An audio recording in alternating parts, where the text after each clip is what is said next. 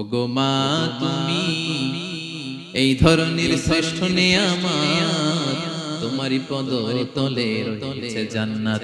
ওগো মা তুমি এই ধরনের শ্রেষ্ঠ নেয়ামত, তোমারই পদ তলে রয়েছে জান্নাত। ঠিক কিনা? ঠিক কিনা? দেখেন আল্লাহ মর্যাদা কোথায় বাড়ায়। আমাদের দুনিয়ার পুরুষ মানুষদের পায়ের নিচে থাকে জুতা, জুতার নিচে বালু, কার্পেট, কার্পেট কিংবা ফ্লোর, কিংবা ফ্লোর। আর আল্লাহ বলে দুনিয়ার এক একটা মায়ের পায়ের নিচে আমি জান্নাত দিয়ে রেখেছি, জান্নাত দিয়ে রেখেছি। السلام عليكم ورحمة الله تعالى وبركاته. إن الحمد لله نحمده ونستعينه ونستغفره ونؤمن به ونتوكل عليه ونعوذ بالله من شرور أنفسنا ومن سيئات أعمالنا من يهده الله فلا مضل له ومن يضلل فلا هادي له أي فلن تجد له وليا مرشدا ونشهد أن لا إله إلا الله وحده لا شريك له هو الذي لا ضد له ولا ند له لا مثل له ولا مثيل له لا وزير له ولا كفيل له لا شبه له ولا شبيه له لا ولد له ولا والد له وهو الواحد الفرد الصمد لم يلد ولم يولد ولم يكن له كفوا أحد ونشهد أن سيدنا ونبينا وحبيبنا وبشيرنا ونذيرنا وطبيبنا وطبيب قلوبنا وحبيبنا وحبيب ربنا محمدا عبد الله ورسوله أرسله بالحق بشيرا ونذيرا وداعيا إلى الله بإذنه وسراجا منيرا أما بعد فقد قال الله تعالى في كلامه المجيد وفي فرقانه الحميد أعوذ بالله من الشيطان الرجيم بسم الله الرحمن الرحيم ولقد آتينا لقمان الحكمة أن اشكر لله ومن يشكر فإنما يشكر لنفسه ومن كفر فإن الله غني حميد إن الله وملائكته يصلون على النبي يا أيها الذين آمنوا صلوا عليه وسلموا تسليما اللهم صل على سيدنا مولانا محمد وعلى آل سيدنا مولانا محمد সবাই একসাথে পড়ি اللهم صل على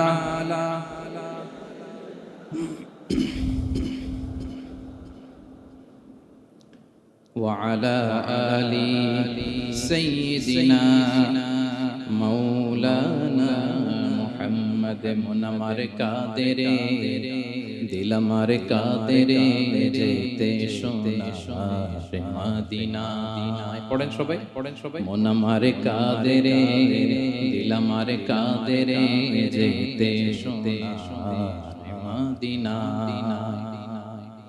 ওই মদিনার পথের ধুলি ওই মদিনার পথের ধুলি জুড়াই মুড়াই বেদনা আল্লাহুম্মা সাল্লি আলা সাইয়্যিদিনা মাওলানা মুহাম্মদ ওয়া আলা আলি সাইয়্যিদিনা মাওলানা মুহাম্মদ কত ব্যথা কত জ্বালা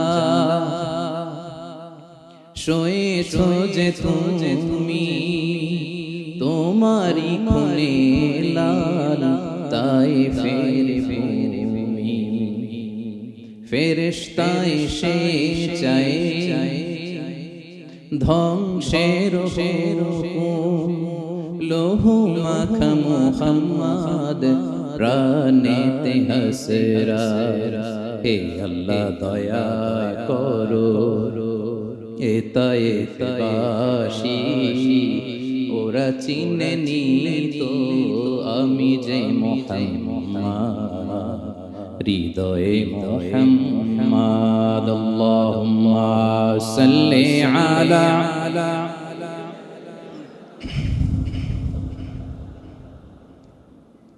وعلى آل سيدنا مولانا محمد اللهم صل على محمد وعلى آل محمد كما صليت على إبراهيم وعلى آل إبراهيم إنك حميد مجيد اللهم بارك على محمد وعلى آل محمد كما باركت على إبراهيم وعلى آل إبراهيم إنك حميد مجيد সকল প্রশংসার মালিককে সকল ক্ষমতার উৎসকে কেউ যেটা পারে না পারে কে কেউ যেটা দেখে না দেখে কে কেউ যেটা শোনে না শোনে কে সে আল্লাহর আলিশান দরবারে লাখো কোটি শুকর এবং সুজুদ আমরা পড়ে নিচ্ছি কালিমাতুশ শুকর আলহামদুলিল্লাহ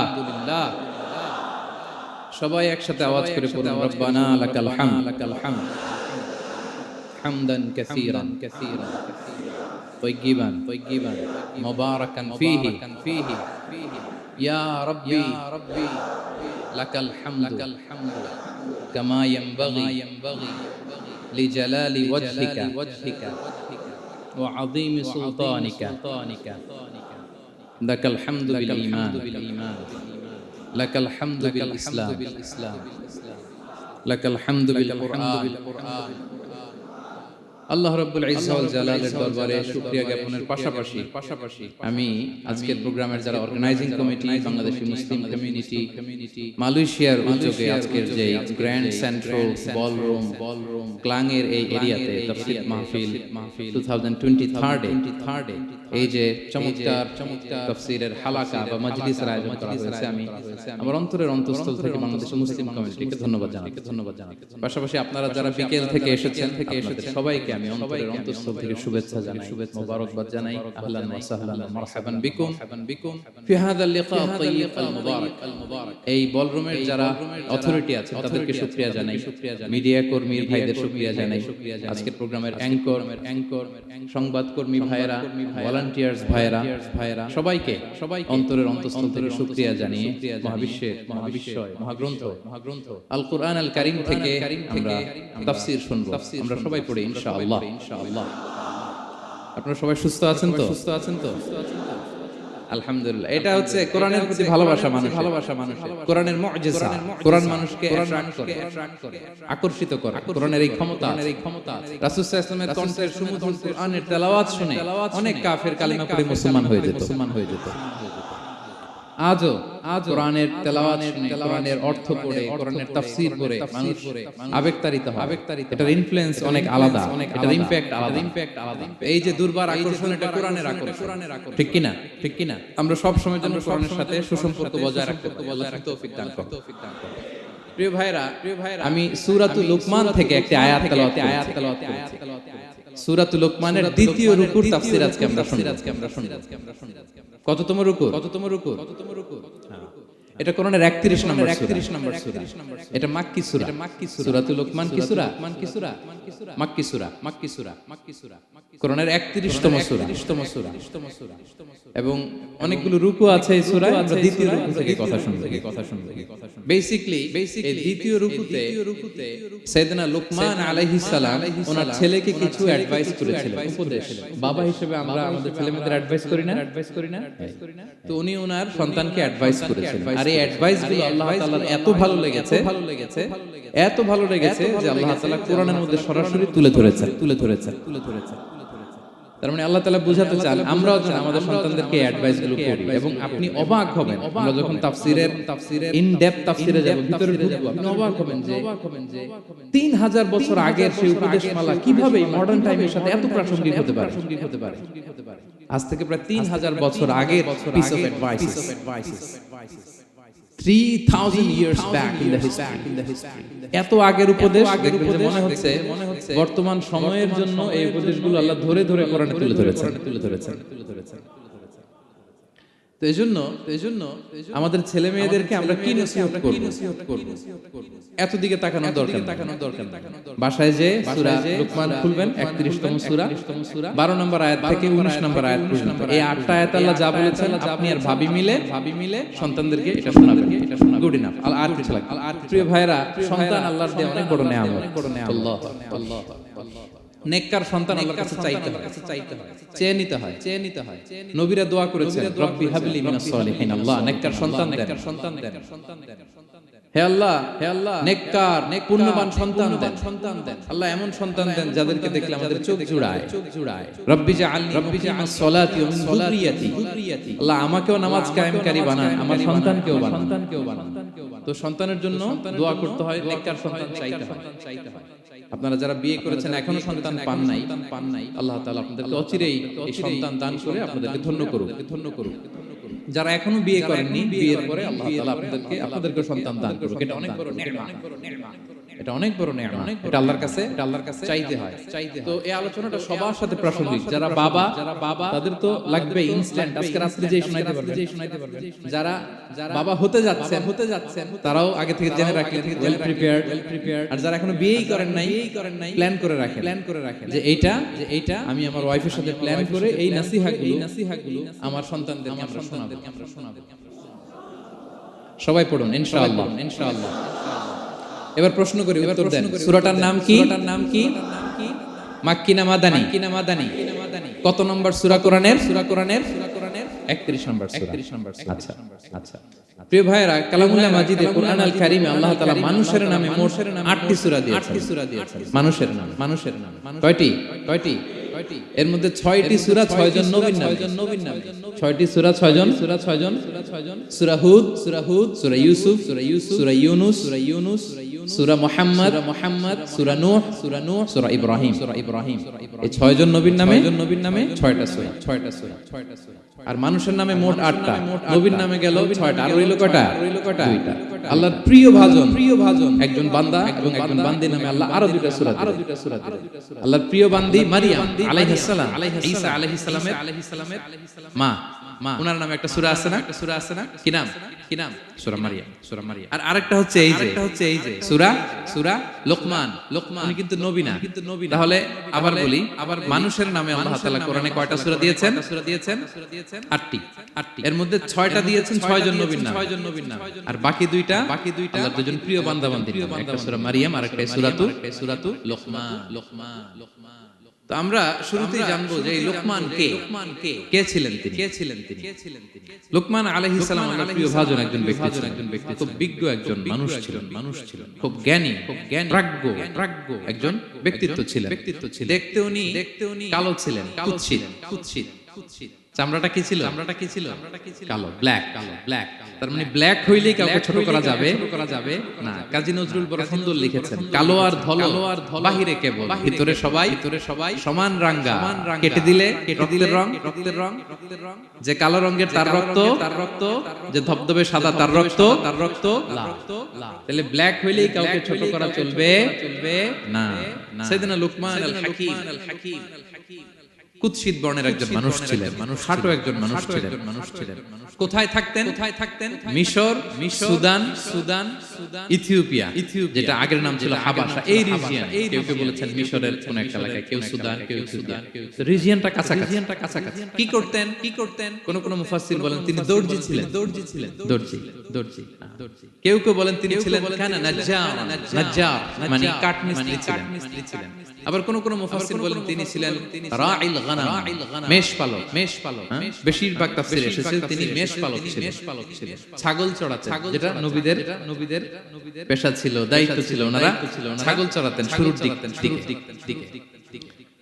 তো লোকমান হাকিম তিনিও ছাগল চড়াতেন এবং তিনি দাস ছিলেন। মুক্ত জীবন তার ছিল। তিনি একজন মনিবের আন্ডারে তার ছাগলগুলো মরুভূমিতে যে কি করতেন? চড়াতেন। মজার ব্যাপার হচ্ছে সারা দুপুর, সারা বিকেল, সারা দিন ছাগল চড়িয়ে আসার পরে লোকমান যখন বাসায় ফিরে আসতো, তখন এলাকার লোকজন সবাই লোকমানের কাছে জড়ো হতো, আর উনি তাদেরকে তার প্রজ্ঞা, তার বিজ্ঞচিত কথাগুলো শেয়ার করতেন। এগুলো দেখে লোকমানের মালিক অবাক, কিরে আমার কাছে এলাকার কেউ আসে না, কিন্তু আমার দাস দেখতে কুৎসিত কালো, এই লোকমানের কাছে সবাই এসে ঘিরে থাকে। কি ওর কাছে কি পায়? কি আছে ওর কাছে? তো শ্রোতাদের কয়েকজনকে ডেকে বলল, ঘটনা তোমরা সবাই লোকমান সন্ধ্যাবেলায় ফিরে আসলে তার পাশে জড়ো হও কেন? কি পাও? তো তারা বলল, আপনার দাস লোকমান, এটা সে সাধারণ কোনো মানুষ নয়, সে অসাধারণ। সে এমন কথা বলে, এগুলো শুনলে জীবন পাল্টে যায়। সুবহানাল্লাহ।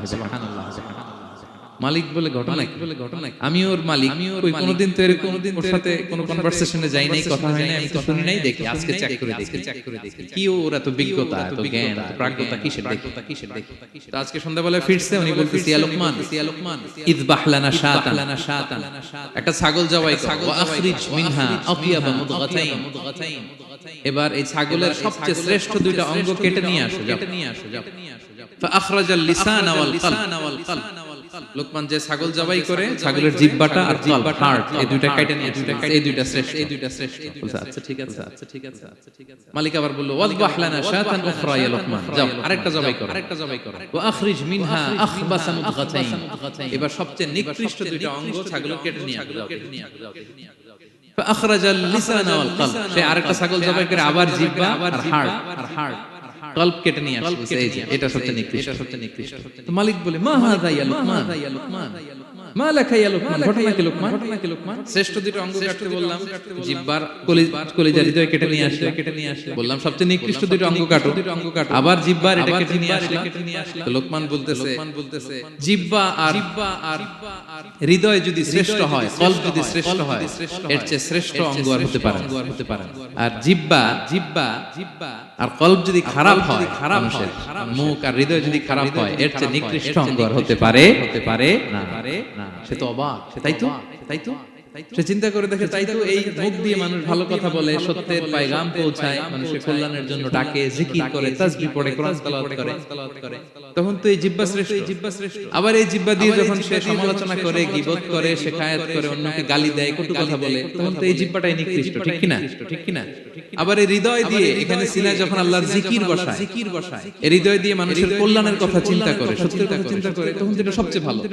আবার এই হৃদয় যদি অন্যের ব্যাপারে হিংসা পুষে রাখে, এই হৃদয়ে যদি সে নিজের ব্যাপারে হাই এস্টিম, অহংকার পুষে রাখে, তাইলে হৃদয়ের চেয়ে খারাপ অঙ্গার হতে পারে। মালিক অবাক। তাই তো লোকমান, আসলেই তুমি অনেক প্রাজ্ঞ, অনেক বিজ্ঞ, যাও তোমাকে আমি আর এই বন্দিত্বের মধ্যে আটকে রাখতে চাই। তোমাকে আমি এই ভালো কথাগুলো গণমানুষের কাছে পৌঁছে দেওয়ার জন্য আজ থেকে তোমাকে লোকমান আমি আজাদ করে দিলাম। মুক্ত জীবন পেয়ে মুক্ত বিহঙ্গের মতো দিন উড়ে বেড়াতে লাগলেন আর মানুষের কাছে তার এই প্রাজ্ঞ বিদ্যুচিত কথাগুলো তিনি ছড়াতে লাগলেন। তো তিনি তার সন্তানকে ডেকে বলেছিলেন কিছু উপদেশ দিয়েছিলেন ডেকে যে বাবা এটা করো, এটা করো না। এই তার সন্তানকে এই উপদেশগুলো তিনি যে দিলেন আল্লাহ তাআলার কাছে এত ভালো লেগেছে, এতই চমৎকার এবং পারফেক্ট মনে হয়েছে, আল্লাহ তাআলা কিয়ামত পর্যন্ত গোটা বিশ্বের সব বাবারা মায়েরা যেন তাদের সন্তানদেরকে এই উপদেশ দিতে পারে হুবহু লিটারালি এই কথাগুলো আল্লাহ তাআলা কোরআনের মধ্যে তুলে দিয়েছে। আজকের সূরা লোকমানের দ্বিতীয় রুকুতে মূলত এই তাফসীরটাই আপনাদেরকে শোনাবো। তো কোন প্লট কোন স্লট আজকে আলোচনা হবে আমার কাছে ক্লিয়ার? হ্যাঁ, আগ্রহ জাগছে, জানার ব্যাপারে আগ্রহ জাগছে। আসুন আমরা মহাবিশ্বের মহাগ্রন্থ আল কোরআনুল কারীম থেকে সরাসরি আলোচনা শুরু করি। আমরা আউযু বিল্লাহি সবাই পড়ুন, আউযু বিল্লাহি মিনাশ শাইতানির রাজীম, বিসমিল্লাহির রহমানির রহিম। ওয়ালাকাদ আতাইনা লুকমানাল হিকমাতা আন ইশকুর লিল্লাহ ওয়া মান ইয়াশকুর ফাইন্নামা ইয়াশকুরু লিনাফসিহি ওয়া মান কাফারা ফাইন্নাল্লাহা গানিয়্যুন হামিদ। সুবহানাল্লাহ। আল্লাহ তাআলা বলছেন আতাইনা লুকমানাল হিকমা, আমি লোকমানকে হিকমত দিয়েছি, প্রজ্ঞা দিয়েছি আর বলেছি আনিশকুর লিল্লাহ, লোকমান আল্লাহ শুকরিয়া করো। ওমান ইয়াশকুর ফাইন্নামা ইয়াশকুরু লিনাফসি, যে আল্লাহ শুকরিয়া করে সে তার নিজের জন্যই ভালো। ওমান কাফারা ফাইন্নাল্লাহা গানিয়্যুন হামিদ, আর যে শুকরিয়া করে না, নাশুকরি করে, অকৃতজ্ঞ হয়, তাহলে জেনে রেখো আল্লাহ তাআলা তিনি গানি, অমুখাপেক্ষী, তিনি হামিদ, সদা প্রশংসিত। সুবহানাল্লাহ পড়ে। তাহলে আল্লাহ তাআলা বললেন আমি লোকমানকে প্রজ্ঞা দিয়েছি, হিকমত দিয়েছি। হিকমত শব্দের সাথে আপনারা পরিচিত আছেন না? আমি লোকমানকে হিকমত দিয়েছি। এটা অনেক দামি জিনিস, সবার থাকে না। হিকমত জিনিসটা কি? না, জ্ঞান হচ্ছে নলেজ, আর হিকমা হচ্ছে বাংলায় বলে প্রজ্ঞা। হ্যাঁ, ইংরেজিতে বলে উইজডম। দেখি কেউ বলতে পারে কিনা, একজন আমাকে শোনান দেখি হিকমতটা কি, দেখি কেউ কিছু বলতে পারেন কিনা। হিকমত মানে ক্ষমতা, একজন বলছে আর অলৌকিক সামথিং, আর শক্তি, আর হ্যাঁ, এদিক থেকে যোগ্যতা, আর জ্ঞান। ঠিক আছে আমার ভাইরা চেষ্টা করছে, আলহামদুলিল্লাহ। আচ্ছা, হিকমত আর ইলমের মধ্যে পার্থক্য আছে। হিকমা is something more than knowledge. আজকে শিখে যান। ইলম মানে যেটা জ্ঞান বা নলেজের সাথে যখন কমন সেন্স যুক্ত হয় তখন এটা হিকমা হয়ে যায়। সুবহানাল্লাহ কইতে পারলেন না? knowledge R common sense. I repeat knowledge R common sense equal to hikmah বা wisdom. শুধু জ্ঞান থাকলেই হয় না, জ্ঞানটা কিভাবে আপনি অ্যাপ্রোচ করবেন, প্রচার করবেন, প্রেজেন্টেশন উপস্থাপন করবেন, এটা জানার দরকার আছে না নাই? অনেকের অনেক জ্ঞান আছে কিন্তু কিভাবে বলতে হয়, কতটুকু বলতে হয় এটা জানা, তাই না? তাহলে জ্ঞানকে কাজে লাগানোর যে মেকানিজম, যে কর্মকৌশল, এটার নাম হিকমা। আল্লাহ বলেছেন হিকমতের সাথে দাওয়াত দাও, উদউ ইলা সাবিলি রাব্বিকা বিল হিকমা, হিকমতের সাথে দাওয়াত দাও। নামাজ পড়া ফরজ, সবাই জানি না আমরা, এটারে বলে ইলম। কিন্তু নামাজটা কিভাবে পড়তে হয়, রুকু কেমনে দিতে হয়, সিজদা কেমনে করতে হয়, সালাম ফিরায় কিভাবে এটা এক্সিট করতে হয়, এই পুরো মেকানিজমটা জানার নাম হিকমা। তাহলে knowledge plus common sense equal to হিকমা। জ্ঞান আর কমন সেন্স একসাথে যদি হয় এটা উইজডম বা প্রজ্ঞা হিসেবে রিফ্লেক্ট করে। বুঝতে পারছেন? আল্লাহ বললেন আমি লোকমানকে প্রজ্ঞা দিয়েছি। হ্যাঁ, ওমাই ইউতাল হিকমাতা ফাকাদ উতিয়া খায়রান কাসীরা, আর যাকে আমি প্রজ্ঞা দিয়েছি তাকে আমি অনেক কিছু দিয়েছি। সুবহানাল্লাহ পড়ে। আল্লাহ তাআলা যেন আমাদেরকে প্রজ্ঞা দিয়ে ধন্য করে, আমরাও যেন হিকমতের অধিকারী হতে পারি। আল্লাহ তুমি তৌফিক দান করো। তাইজন্য আল্লাহ বললেন ওয়ালাকাদ আতাইনা লুকমানাল হিকমাতা আনিশকুর লিল্লাহ ওয়া মান ইয়াশকুরু ফাইন্নামা ইয়াশকুরু লিনাফসি। আমি লোকমানকে হিকমা দিয়েছি মানে প্রজ্ঞা দিয়েছি আর বলেছি আমি আল্লাহর শুকরিয়া করো, যে শুকরিয়া করে সে তার নিজের জন্যই করে, যে কুফরি করে অকৃতজ্ঞ হয় জেনে রেখো আমি আল্লাহ গানিয়ুন হামিদ। আমি গানি, আমি হামিদ, সর্বপ্রশংসিত। আল্লাহ লোকমানকে বললেন আনিশকুর লিল্লাহ, আল্লাহর জন্য শুকরিয়া করো। শুকরিয়া যে করে সে তার নিজের জন্য, এখানে আল্লাহর কিছু হয় নাকি আমরা শুকরিয়া করলে আল্লাহর ক্ষমতা 1 ইঞ্চি বেড়ে যায়? আমরা গোটা বিশ্বের সবাই সিজদায় পড়ে থাকলে আল্লাহর ক্ষমতা একটু বেড়ে যাবে না? পারবে? আর আমরা সবাই যদি সবচাইতে পাপী হয়ে যাই আল্লাহর ক্ষমতা কমে যাবে না? কমবে। তাহলে লাভ লস আল্লাহর কিছু নাই, লাভ লস সব কাদের? আওয়াজ করে সবাই বলুন লাভ লস কাদের? শুকরিয়া করলে আমাদের লাভ। লা ইন শাকারতুম লা আযীদান্নাকুম ওয়া লা ইন কাফারতুম ইন্না আযাবি লাশাদীদ।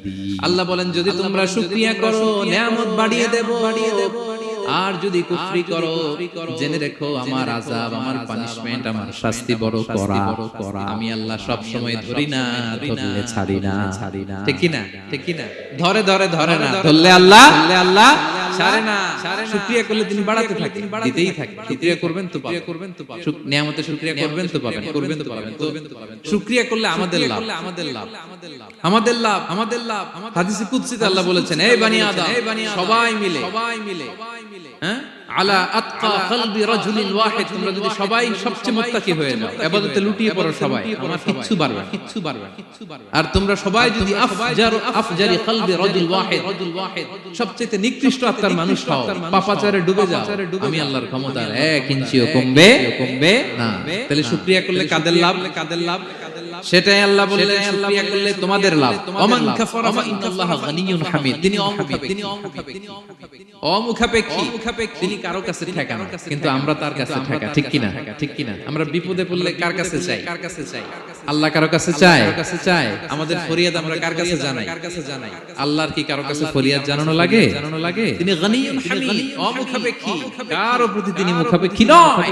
গোটা বিশ্ব তার কাছে প্রার্থনা করে, গোটা বিশ্ব মুখ থুবড়ে তার কাছে পড়ে থাকে, গোটা বিশ্ব লুটিয়ে পড়ে সিজদায় পড়ে তার কাছে রোনাজুরি করে। তিনি কারো কাছে কিছু চেতে হয় না, তিনি গানিয়ুন হামিদ। এরপর আল্লাহ তাআলা সেদিন লোকমান আলাইহিস সালাম সন্তানকে কি উপদেশ দিলেন এরপরের আয়াত থেকে শুরু করলেন। আল্লাহ তাআলা বললেন ওয়া ইদ ক্বালা লুকমানু লিবনিহি ওয়া হুয়া ইয়াইদুহু ইয়া বুনাইয়া লা তুশরিক বিল্লাহ ইন্নাশ শিরকা লাযুলমুন আযীম। আল্লাহ বললেন স্মরণ করুন সে সময়ের কথা যখন লোকমান তার সন্তানকে বলেছিলেন, কি অবস্থায়? ওয়া হুয়া ইয়াইদুহু, ওয়াজ করতেছিল ছেলেকে, নসিহত করতেছিল, কাউন্সেলিং করতেছিল। ফ্যামিলিতে এটা খুব জরুরি, নসিহত করা, একে অপরকে উপদেশ দেয়া। কারণ ad-din an-nasiha, দিন মানেই কল্যাণ কামনা করা, দিন মানেই অন্যকে কি দেয়া? উপদেশ দেয়া, নসিহত দেয়া। এটা যেন আমরা দেই। এজন্য ফ্যামিলি কাউন্সেলিংটা জরুরি। নিজেই হুট করে সব সিদ্ধান্ত নেবেন না। আপনার স্ত্রীর সাথে পরামর্শ করুন, আপনার সন্তানদের সাথে পরামর্শ করুন। দেখেন সাইয়েদনা ইব্রাহিম আলাইহিস সালাম তিনি স্বপ্নে দেখলেন তিনি ইসমাঈলকে জবাই করতেছেন। এটা দেখেই ডাইরেক্টলি জবাই করতে উদ্যত হলেন না। তিনি ছেলেকে বললেন ফানজুর মাযা তারা ইন্নী রাআইতু ফিল মানামি আন্নী আযবাহু। ইসমাঈল, আমি স্বপ্নে দেখেছি যে আমি তোমাকে কি করছি? জবাই করছি। ফানজুর মাযা তারা, what's your opinion about it? What do you think about it? এবার বলো তোমার অপিনিয়ন, তুমি কি ভাবছো? আমি দেখেছি তোমাকে জবাই করছি।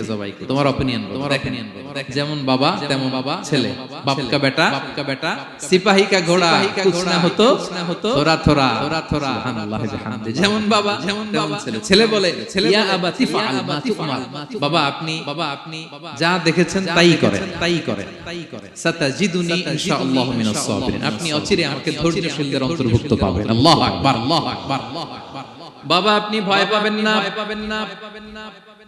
বিচলিত হবেন না, আমার কারণে আপনি আল্লাহর কাছে লজ্জিত হবেন না। আপনি যেমনটি দেখেছেন তেমনটি করুন, ভয় পাবেন না, অচিরেই আপনি আমাকে ধৈর্যশীলদের অন্তর্ভুক্ত পাবেন। যেমন বাবা তেমন ছেলে, ঠিক তেমন রেসপন্স, ঠিক তেমন উত্তর। সাথে সাথে বললেন, বাবা আপনি ভয় পাবেন না, করুন।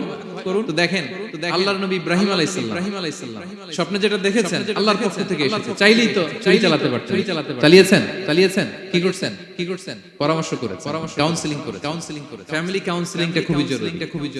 This is the first and foremost reminder tonight. আজকের তাফসীর থেকে প্রথম রিমাইন্ডার এটা, যে বাসায় আমরা কাউন্সেলিং করব, বড় কোনো সিদ্ধান্ত নিতে গেলে পরামর্শ করব, যেমনটি নবী আলাইহিস সালাম আমরা করেছেন, ঠিক কি না? তাহলে সাইয়েদনা লোকমান আলাইহিস সালাম ছেলেকে উপদেশ দিচ্ছেন, আর উপদেশের ভাষা হতে হবে কোমল। দেখেন এখানে আল্লাহ তাআলা যেটা ব্যবহার করেছেন, ইয়া বুনাইয়া, যারা আরবি জানেন, বুনাইয়া শব্দটা কিন্তু সাধারণ শব্দ, ইবনুন থেকে বুনাই, মানে খুব আদর করে ছোট বাচ্চাকে আমরা যেটা ডাকি, ও আমার কলিজার টুকরা সন্তান, ও আমার সোনামণি, ও আমার ছোট্ট মনি, ও আমার বাজান, ও আমার আব্বু। আর কি বলেন ছেলেমেয়েদেরকে আপনি? সায়া। কি এটার মানে কি? হ্যাঁ, ইংরেজিতে বললে ডার্লিং। আর ঠিক আছে, ডার্লিং কিন্তু সবাইরে বলা যায়, মানে যাকে আপনি লাভ করেন, ভালোবাসেন, আপনার ছেলেকে ডার্লিং বলতে পারেন, মেয়েকে বলতে পারেন, আপনার ওয়াইফকে বলতে পারেন, অন্যান্য নারীদেরকে বলা যায়, স্ত্রী পর্যন্ত, কাছের যারা। তো মালয়েশিয়ান ভাষা তো আমি জানি না, মালয়েশিয়াতে যেটা বলে ওইটা দিয়ে ডাকবে, খুব সোহাগ দিয়ে, আদর দিয়ে, কারণ নাসিহাতের ভাষা খুব কোমল হতে হয়। যে নাসিহাত হৃদয় নিংড়ানো মমতা দিয়ে বেরোয়, ওই নাসিহাত অন্যের হৃদয়ে যে টাচ করে। কথা বুঝতে পেরেছেন? যেটা হৃদয় নিংড়ানো ভালোবাসা থেকে বেরোয় নাসিহাত, সেটা আপনার ছেলের হৃদয়ে যে টাচ করবে, ক্লিক করবে। আর যদি রেগে মেগে আগুন হয়ে ওরে ধরেন, নামাজ পড়লি না কেন, এটা করলি কেন, এমনটা হইলো কেন, শুনবে, বিগড়ে যাবে। সাইয়েদনা মূসা আলাইহিস সালাম এবং সাইয়েদনা হারুন আলাইহিস সালাম দুজন মিলে যখন ফেরাউনকে দাওয়াত দিতে যাবেন, আল্লাহ বললেন, মূসা তোমার মেজাজ কিন্তু গরম, এই গরম মেজাজ নিয়ে ফেরাউনকে দাওয়াত দিলে হবে? রব্বুল আলামিন বললেন, মূসা তোমার মেজাজ বড্ড গরম, কিন্তু তোমার জিহ্বাটা দিয়েছি আমি নরম, এই নরম জিহ্বা দিয়ে ফেরাউনের দরবারে যে যখন দাঁড়াবা, কওলান লাইয়িনান লাআল্লাহু ইয়াতাযাক্কারু আও ইয়াখশা। সুবহানাল্লাহ। ওয়াকুলা লাহু কওলান লাইয়িনা, সফট ল্যাঙ্গুয়েজ ইউজ করবা, কোমল ভাষায় দাওয়াত দিবা, নরম ভাষায় সফট করে, কোমল করে, ভদ্র করে ফেরাউনের কাছে প্রেজেন্টেশন দিবা। হতে পারে তোমার এই সুন্দর প্রেজেন্টেশনের কারণে ফেরাউন দাওয়াত কবুল করে নিতে পারে। দেখেন আমাদের যে অ্যাপ্রোচে ভুল, অনেক দাঈদের ফেরাউনের মতো কুখ্যাত সন্ত্রাসী এই পৃথিবী আর দেখবে? কথা বলেন না কেন? ফেরাউনের চাইতে বড় গডফাদার, ফেরাউনের চাইতে বড় সন্ত্রাস, ডাকাত এই পৃথিবীতে আর দ্বিতীয়টা কেউ এসেছে? তো এই ফেরাউনকে দাওয়াত দেওয়ার জন্য আল্লাহ মুসাকে বললেন, মুসা সফটলি বইলো, কোমল ভাষায় বইলো, একটু মোলায়েম সুরে বইলো, যাতে ওর হৃদয়ে টাচ করে। আর আমরা যাদেরকে খারাপ মনে করি, যাদেরকে আমরা পাপী মনে করি, তারা কি ফেরাউনের চেয়েও খারাপ? হ্যাঁ, তো তাদের কাছে আমরা যখন বার্তা পৌঁছাই, আমরা তো অ্যাগ্রেসিভ হই কেন, আমরা তো অ্যাটাকিং হই কেন, আমরা হিট করে কথা বলি না। দিস ইজ নট দ্য দাওয়া অ্যাপ্রোচ। এইভাবে দাওয়াত দিলে সেই দাওয়াত কোনো ফল বয়ে আনবে না। দেখেন আল্লাহ বললেন, ওয়াইদ ক্বালা লুকমান লিবনিহি ওয়া হুয়া ইয়াইদু। স্মরণ করুন সে সময়ের কথা যখন লোকমান তার ছেলেকে বলেছিল, ওয়াজ করে, উপদেশ দিয়ে, নসিহা করে, ইয়া বুনাইয়া, ও আমার কলিজার টুকরা সন্তান, ও আমার সোনামণি। যত কোমল ভাষায় আপনার ছেলেকে ডাকতে পারেন, আদর দিয়ে, সোহাগ দিয়ে, হ্যাঁ, মায়া মমতা মাখা মোলায়েম কণ্ঠে ওকে ডাকবেন। ডেকে কি উপদেশ দিলেন দেখেন সাইয়েদনা লোকমান প্রথম উপদেশ দিলেন, ইয়া বুনাইয়া, আমার সন্তান, লা তুশরিক বিল্লাহ, ও আমার কলিজার টুকরা বাবা, আল্লাহর সাথে তুমি শিরক করো না। প্রথম উপদেশ, খবরদার আমার কলিজার টুকরা সন্তান, আল্লাহর সাথে শরীক করতে যেও না, আল্লাহর সমকক্ষ কাউকে মনে করো না। আল্লাহকে যেমনি বড় মনে করো, আল্লাহকে যেমনি রিজিক দাতা মনে করো, আল্লাহকে যেমনি পালনকর্তা মনে করো, গোটা বিশ্বের কোন সৃষ্টিকে এমন মনে করো না। লা তুশরিক বিল্লাহ, শিরক করো না। প্রথম অ্যাডভাইস দেখেন, প্রথম অ্যাডভাইসটা অনেক গুরুত্বপূর্ণ।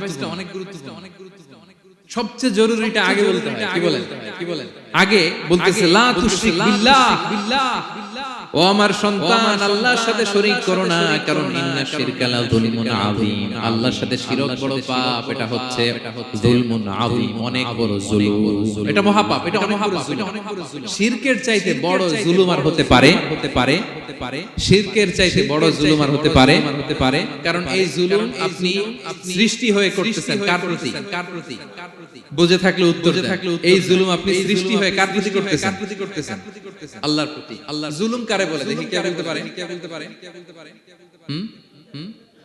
অত্যাচার মানুষের হক নষ্ট করে, মাশাআল্লাহ অনেক চমৎকার, এটা জুলুম। তার মানে অধিকার নষ্ট। কি বলেন? অধিকার হরণ করা, এটা হচ্ছে জুলুম। ইনসাফ বিরোধী কাজ করা, এটা জুলুম। এই যে আল্লাহ তাআলা আমাদের সৃষ্টি করলেন অস্তিত্বহীনতা থেকে, তিনি আমাদের অস্তিত্ব দিলেন, আমাদেরকে রিজিক দিলেন, নেয়ামত দিয়ে আমাদেরকে ধন্য করলেন। তো আল্লাহ তাআলার অধিকার ছিল না তাকেই আমি সিজদা দিব? এটা তার অধিকার। এটা কার রাইট? আমরা হিউম্যান রাইটস নিয়ে কথা বলি, অ্যানিমাল রাইটস নিয়ে কথা বলি, উইমেন রাইটস নিয়ে কথা বলি। ইবাদতের অধিকারী তিনি, এটা তার অধিকার। তার জন্য আমরা সিজদায় লুটিয়ে পড়ব। এই সিজদা আপনি ওদিকে না দিয়ে যদি মাজারে দেন, আল্লাহর অধিকার নষ্ট করছেন না? কথা বলেন। এটা ইনসাফ হইছে? যিনি রিজিক দিল, যিনি সৃষ্টি করলো, যিনি নিয়ামত দিল, তার ইবাদত না করে আপনার মতো আরেকটা সৃষ্টির সামনে আপনি এরকম নমস্ত গান, এটা তার অধিকার হরণ হইছে না? এটা ইনসাফ বিরোধী হইছে না? এজন্য আল্লাহ বলেছেন ইন্না শিরকা লা যুলমুন আযীম। শিরকে সবচেয়ে বড় জুলুম বলার কারণ কি? কারণ আপনি সৃষ্টি হয়ে স্রষ্টার উপর জুলুম করেছেন। এর চেয়ে বড় জুলুম আর হতে পারে? এজন্য সাইয়েদনা লুকমান আলাইহিস সালাম বললেন, ইয়া বুনাইয়া লা তুশরিক বিল্লাহ, ও আমার কলিজার টুকরা সন্তান, খবরদার কঠিন কালে আল্লাহর সাথে শিরক করবে না, কারণ শিরক হলো সবচাইতে বড় জুলুম, সবচেয়ে বড় পাপ, সব পাপের বাপ। এর নাম হচ্ছে শিরক। এর চেয়ে বড় পাপ হতে পারে? পাপের জগতে যদি র‍্যাঙ্কিং করেন নাম্বার 1, সবাই নাম্বার 1, আল্লাহ সব মাফ করে দেয়, সব গুনাহ তিনি ক্ষমা করে দেয়, সব পাপকে তিনি চাইলেই মোচন করে দিতে পারেন, শুধুমাত্র কেবলমাত্র শিরকের গুনাহ ছাড়া। ঠিক কিনা? ইন্নাল্লাহা লা ইয়াগফিরু আন ইউশরাকা বিহি ওয়া ইয়াগফিরু মা দুনা যালিকা লিমান ইয়াশা। আল্লাহ তাআলা চাইলে সব গুনাহ তোমার ক্ষমা করে দিতে পারেন, কেবলমাত্র শিরকের গুনাহ ছাড়া। এটা ক্ষমা করেন, কারণ এইটা আল্লাহকে অপমান করার শামিল। ঠিক কিনা? আল্লাহর উদাহরণ বাদ দেই, আপনার বস যে আপনাকে খুব ভালোবাসে, যে আপনাকে স্যালারির বাইরে আরো অনেক কন্ট্রিবিউশন করে, টাকা দেয়, আদর করে, এই সুবিধা দেয়, ওই সুবিধা দেয়, আপনি উনারে শ্রদ্ধা না দেখাইয়া এই শ্রদ্ধা আপনি অন্যদের দেখান, কিন্তু উনারে শ্রদ্ধা করেন। উনি এটা মেনে নিবে? কথা বলেন যে আল্লাহ আপনার জীবন দিলেন, রিজিক দিলেন, সব দিলেন, গোটা জগৎটাই তো তা, সব দেওয়ার পরেও সিজদা যে আপনি কোথায় দেন? মাজারে, দরগায়, বাবার কাছে, এরকম আছে না নাই? হ্যাঁ, আমাদের এখানে কেউ নাই। হ্যাঁ, দেশে গেলে এরকম মাজারে যে মানত করেন নাকি? হ্যাঁ, মানত করেন। মাজারে সিজদা দেয়া যাবে? চাইতে হবে একটা সত্তার কাছে, চিল্লায় বলুন তো তিনি কে? এজন্য বিশ্বনবী বললেন, ইযা সাআলতা ফাসআলিল্লাহ, চাইলে আল্লাহর কাছে চাও। ওয়া ইযা ইসতাআনতা ফাসতাইন বিল্লাহ, সাহায্য যদি চেতে হয় একজনের কাছে চাইবা, চিল্লায় বলেন তিনি কে? নাকি বাবার কাছে? হ্যাঁ, দয়াল বাবা রে,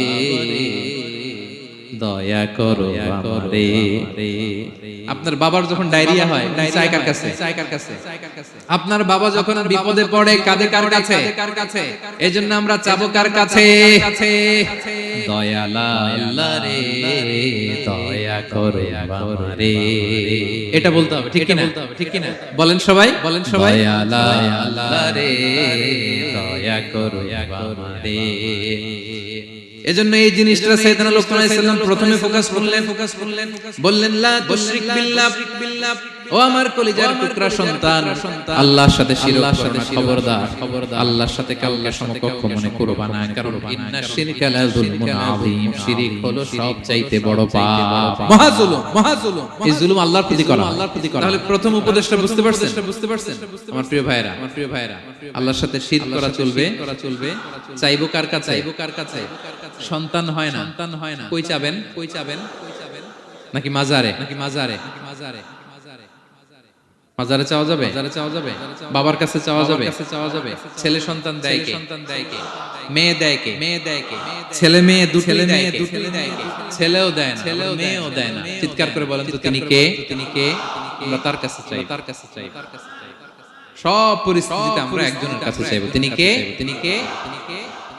আবার রব্বুল আলামিন বিশ্ব নবীকে জানিয়ে দিলেন, ও নবী শোনো, তোমার আগে সব নবীকে আমি জানিয়ে দিয়েছি, লা ইন আশরাকতা লা ইয়াহবাতান্না আমালুকা ওয়া লা তাকুনান্না মিনাল খাসিরিন।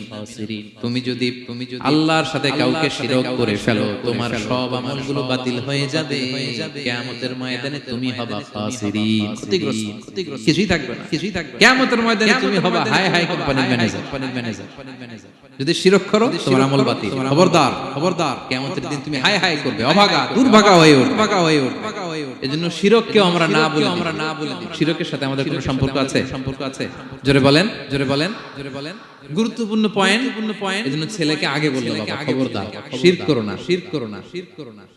আবার হাদিসে কুদসিতে রব্বুল আলামিন বলেন, গোলাম কিয়ামতের কঠিন ময়দানে গোটা জমিন পরিমাণ গুনার বোঝা নিয়ে যদি তুমি আমি আল্লাহর দরবারে হাজির হয়ে যাও, আর ওই গুনার বোঝার মধ্যে যদি শিরকের গুনাহ না থাকে, আমি আল্লাহ গোটা জমিন পরিমাণ ক্ষমার বস্তা নিয়ে তোমার কাছে হাজির হয়ে যাব। কথাটার ওজন দেখছেন? জমিন পরিমাণ গুনাহ নিয়ে আসছো আমার কাছে কিয়ামতের দিন। ওই গুনার মধ্যে অনেক ধরনের গুনাহ, নামাজ পড়ো না, রোজা রাখো না, এই করছো সেই করছো, কিন্তু এই গুনার বিশাল পৃথিবী পরিমাণ গুনার বোঝার মধ্যে শিরকের গুনাহ। তাহলে আমি আল্লাহ এই দুনিয়া পরিমাণ ক্ষমার বোঝা নিয়ে তোমার কাছে চলে আসবো। শিরক করা যাবে? তাহলে প্রথম উপদেশ দিলেন, হে আমার কলিজার টুকরা সন্তান, শিরক করো না। আমার ভাইয়েরা, আমার কলিজার টুকরা ক্লাঙের ভাইয়েরা, সন্তানদেরকে এই শিরকের ব্যাপারে, শিরকের ভয়াবহতার ব্যাপারে আপনাকে জানাতে হবে। It's your duty. আপনি শুধু বাবা হইলেই চলবে না। আপনার ছেলে মেয়ে কোন পথে চলবে এটা আপনাকে ঠিক করে দিতে হবে। ওরা এখন ছোট থেকে যদি এই তাকওয়ার সফটওয়্যারকে ইনস্টল করে দেন, ওই সফটওয়্যার দিয়ে তার জীবন চলবে। ঠিক কিনা? হ্যাঁ, ওরা যখন ছোট থাকে কাদা মাটির মতো থাকে। কাদার মাটিকে যেমন ডিজাইন করতে মনে চায় করা যায় না। একই কাদা মাটি দিয়ে বল বানানো যায়, ঘর বানানো যায়, পুতুল বানানো যায়, এটা বানানো যায়, অনেক কিছু বানানো যায়। কিন্তু এটা যখন শুকিয়ে শক্ত হয়ে যায়, আর কিছু করা যায়। হ্যাঁ, আমাদের আঞ্চলিক ভাষায় বলে কাঁচা না নোয়ালে বাঁশ পাকলে করে। ছোটবেলা থেকে now this is the high time ওদেরকে এডুকেট করার এখন মুখ্যম সময়। এটা আপনার রেসপন্সিবিলিটি বাবা হিসেবে করতেই হবে। নতুন প্রজন্মকে আমাদের বাঁচাতেই হবে। ঠিক কিনা? মানুষের পেট থেকে বেরোলেই কেউ মানুষ হয় না। গরুর পেট থেকে যেটা বেরোয় এটা গরু। ছাগলের পেট থেকে বেরোলেই ছাগল হয়ে। হাতির পেট থেকে বেরোলেই হাতি হয়ে। কিন্তু মানুষের পেট থেকে একটা কিছু বেরোলেই ওটা মানুষ হয়। ওটার মানুষ বানাতে কি করতে হয়? মানুষ বানাতে হয়। গরুকে কেউ কোনোদিন বলে না তুই গরুর মতন গরু হ। ছাগলরে কেউ কোনোদিন কইছে যে তুই ছাগলের মতো ছাগল। কিন্তু এই মানুষকেই বলা হয় তুমি মানুষের মতো মানুষ হও। মানুষের মতো মানুষের বড্ড অভাব। ঠিক কিনা? তো আমাদের ছেলেমেয়েরা মানুষের মতো মানুষ হোক আমরা চাই কি চাই না? এই উপদেশগুলো আমাদের দিতে হবে। ওদেরকে জানাতে হবে ছোট্ট মানুষ অনেক কিছুই বুঝে না। ওদেরকে কোনটা সত্যবাদিতা, কোনটা ন্যায়পরায়ণতা, কোনটা আমানতদারিতা, কোনটা চুরি ধরে বোঝাতে। আমাদের ছোট্ট সোনামণিরা দেখবেন ছোটবেলায় ছোট অবস্থায় যারা থাকে, ছোট স্কুলে যায় আরেকজনের পেন্সিল ব্যাগে করে নিয়ে আসে। মানে ওরে দিচ্ছেন আপনি ব্লু কালারের, ওর এটা ভালো লাগে না, ওর ভালো লাগছে পিঙ্ক কালারের একটা, তো আরেকজনের পিঙ্ক কালারের পেন্সিল করে নিয়ে আসছে, রাবার নিয়ে আসছে, খারাপ মনে আনে কারণ ও জানে না, ও ভাবছে যেটা সুন্দর লাগে ওইটাই মনে হয় আমার। কিন্তু অন্যের জিনিস যে না বলে নিয়ে আসলে এটাকে চুরি বলে, ওইটা জানেই না। তো এগুলো ওদেরকে জানানোর শিখানোর দরকার আছে না নাই? দায়িত্বটা কার? বাবা মায়ের। আমার প্রিয় ভাইয়েরা, সন্তানদেরকে যেন আমরা গাইড করি, ইনস্ট্রাক্ট করি, আমরা যেন ওদেরকে শিখাই কোনটা সত্য কোনটা মিথ্যা। এখন তো এই যে সোশ্যাল মিডিয়ার যুগ, এটা ছাড়া খেতেই চায় না, ঘুমাতেই চায় না। সে কি দেখে এটা আপনার জানতে হবে।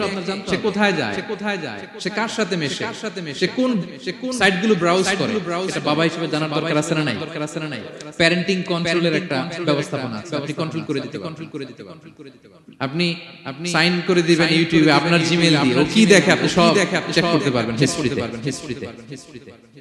যুগ যেমন ওই যুগের মেডিসিনও তেমন, ওইভাবে আপনাকে নিয়ন্ত্রণ করতে হবে। কারণ এই যুগে আমাদের তরুণ শিশু কিশোররা এত চ্যালেঞ্জের সম্মুখীন হচ্ছে যেটা আগে কখনো হয় না। The world is changing so fast.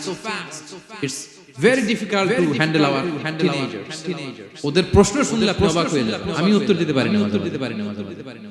আমার ছোট মেয়ের অনেক প্রশ্নের উত্তর দিতে পারি না, মানে পারি, ও মানতে চায়, আর্গুউ করে, এমন কথা বলে যেগুলো আমরা 10-15 বছর বয়সেও শিখি না। আজকে 5-6 বছরের ছোট বাচ্চা ছেলে মেয়ে আপনাকে এমন প্রশ্ন করবে আপনি অবাক হয়ে যাবেন। এজন্য ছোটবেলা থেকে ওদের মন মস্তিষ্কের ভেতরে এই ইসলামের শিক্ষাটা ঢুকায় দিতে হবে আমার ভাইয়েরা। ইসলাম সেটাই চায় যে এইমাত্র জন্ম যে বাচ্চাটা নবজাতক, নিউ বর্ন বেবি, আমলনামা শুরু হইছে। সবাই বলেন এইমাত্র ভূমিষ্ঠ একটা বাচ্চার আমলনামা শুরু হইছে। তারপর ইসলাম বলে কানের সামনে আল্লাহু আকবার বলে আল্লাহর নামটা ঢুকিয়ে দাও।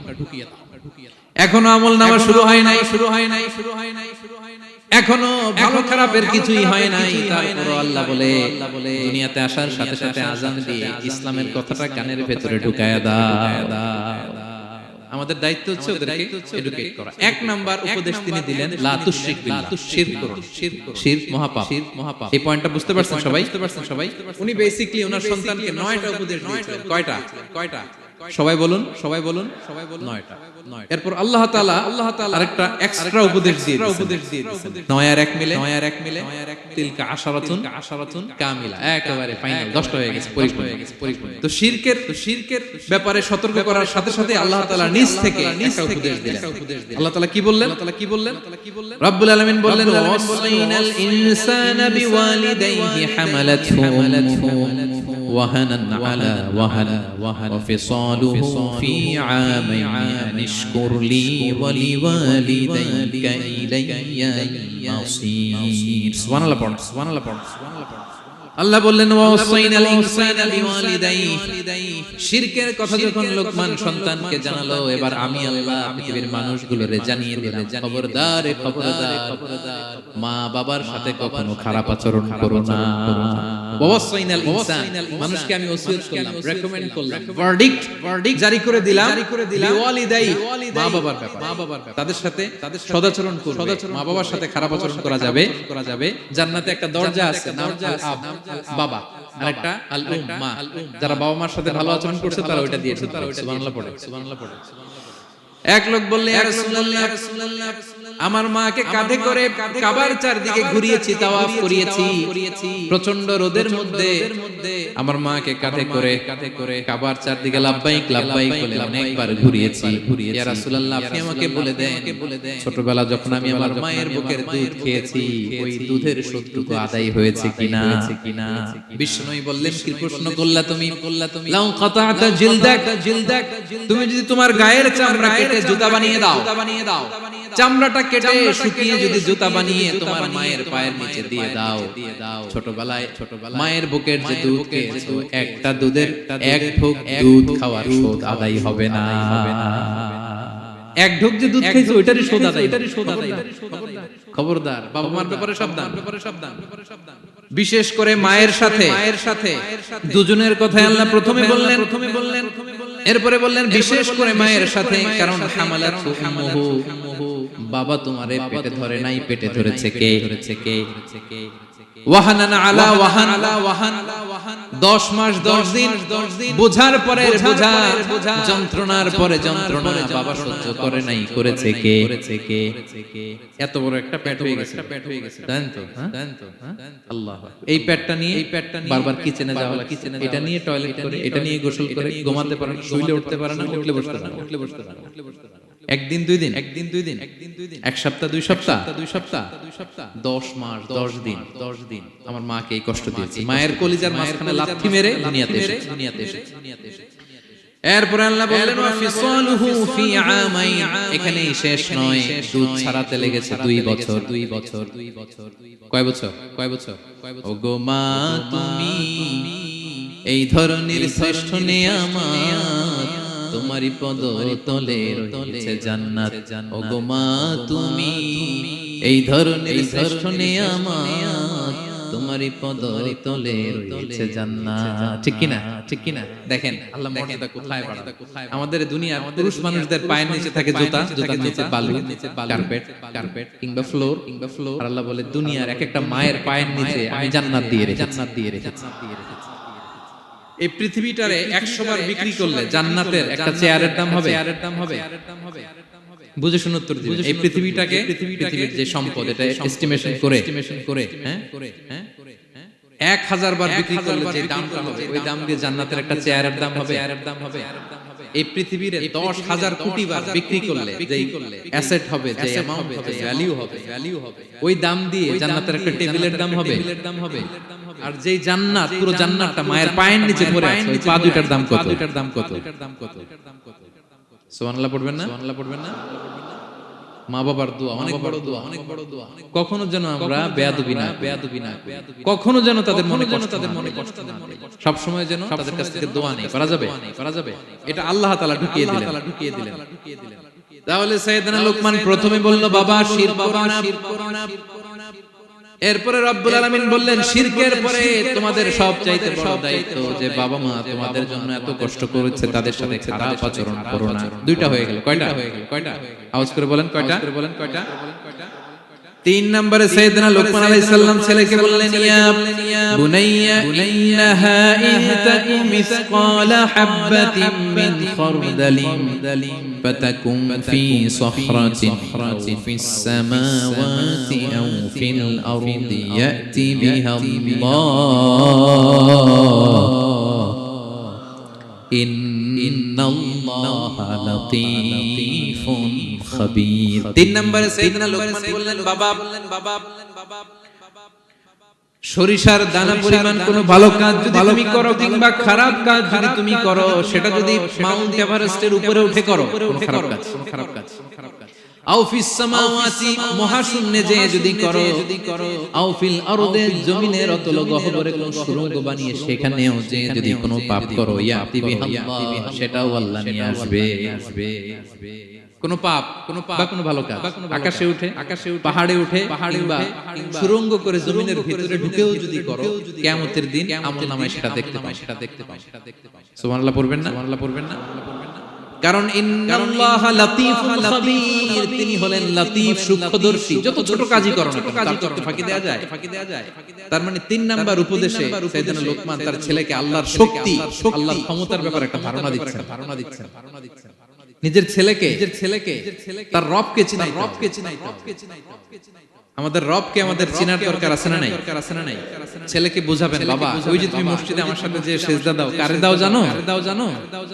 তিনি কত বড়, তিনি কত বিশাল ক্ষমতার অধিকারী।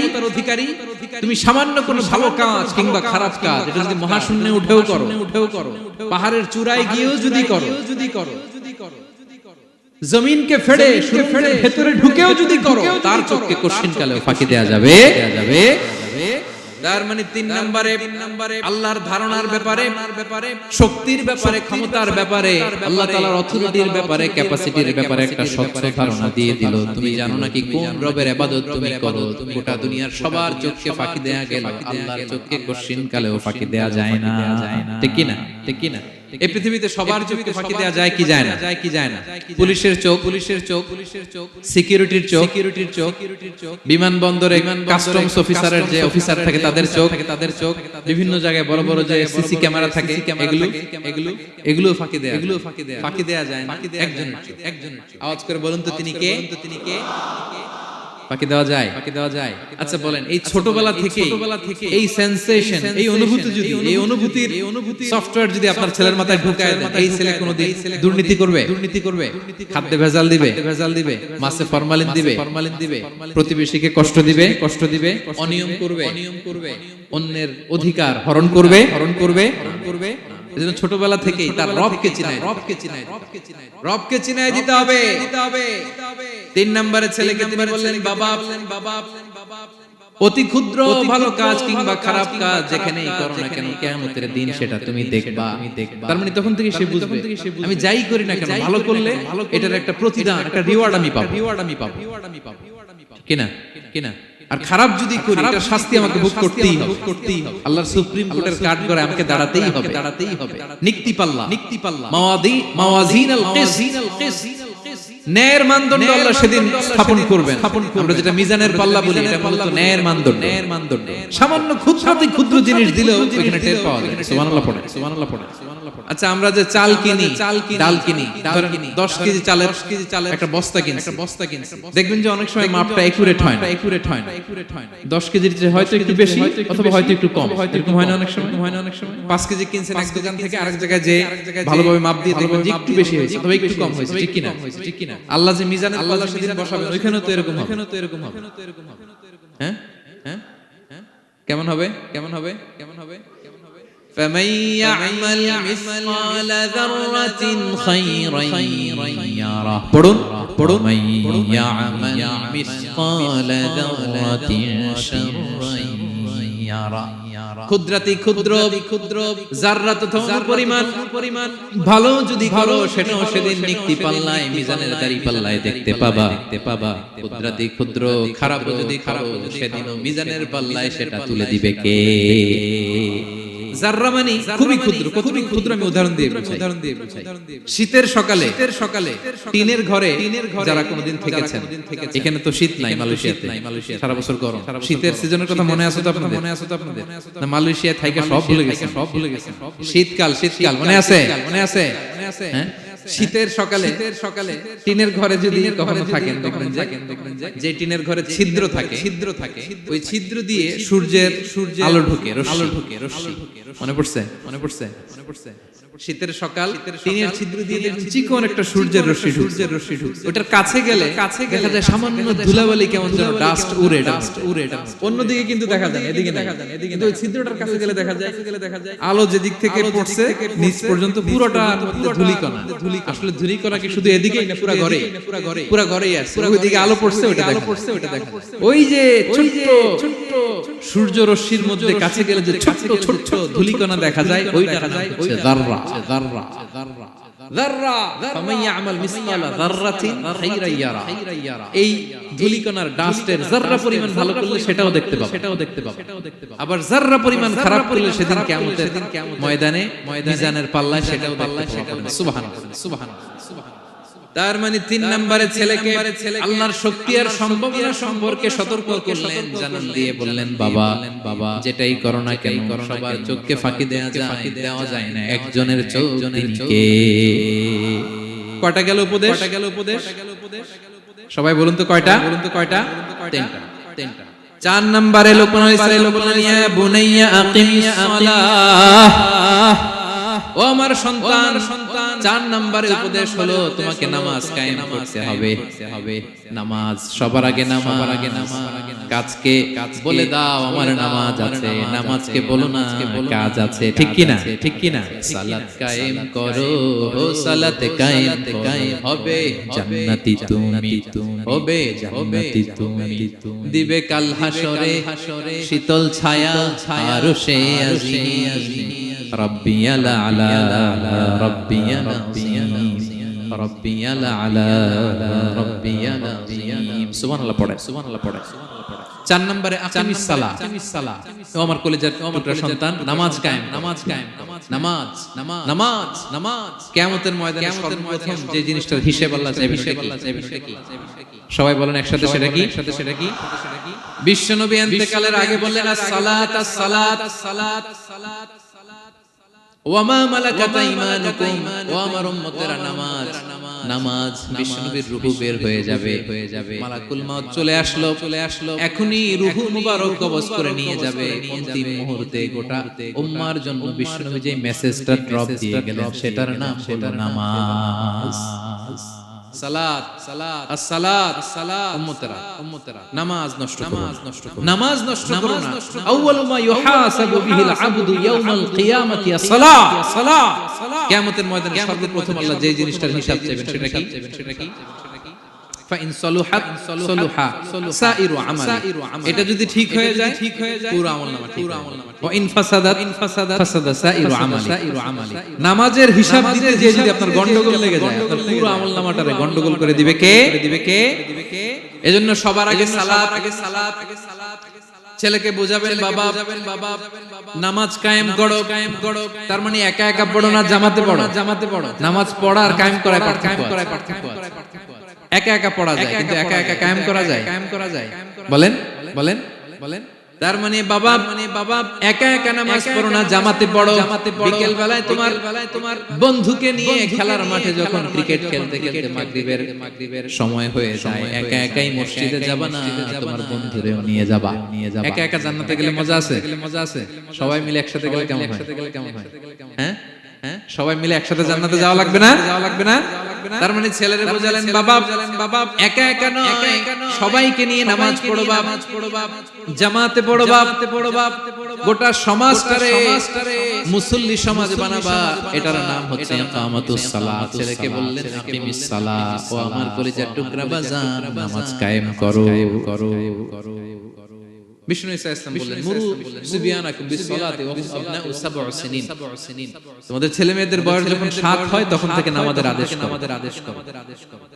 ওয়াদরিবুহুম আলাইহা, আর তাদেরকে শাসন করো। ওয়াদরিবুর অনেক অর্থ হতে পারে। শাসন করো, একটু রূঢ় আচরণ করো, প্রয়োজনে মৃদু প্রহার করো।